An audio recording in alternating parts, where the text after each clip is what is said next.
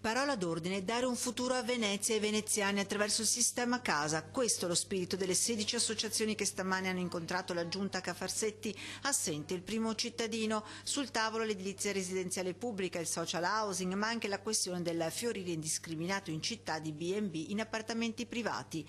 E il secondo incontro tra amministrazioni e associazioni dopo le numerose manifestazioni anche colorite che si sono susseguite per attirare l'attenzione dell'amministrazione sulla questione. Incontro che però non ha soddisfatto in pieno le aspettative. Ci hanno dato dei progetti, delle intenzioni, però per adesso rimane tutto quanto sempre abbastanza sulla carta. Adesso nei prossimi mesi vediamo se queste cose sono messe in pratica.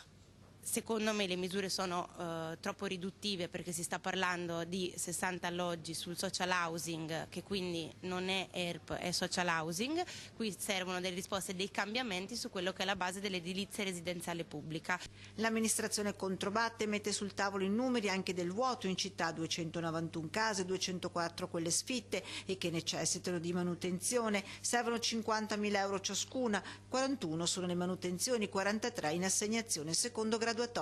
Noi con i fondi PON nel giro di 2 anni ne metteremo a posto altre 80. Le delibere le abbiamo fatte 2 settimane fa, quindi siamo sul pezzo. Di volta in volta, quando abbiamo soldi, facciamo la delibera e le buttiamo. Insula ci fa da supporto.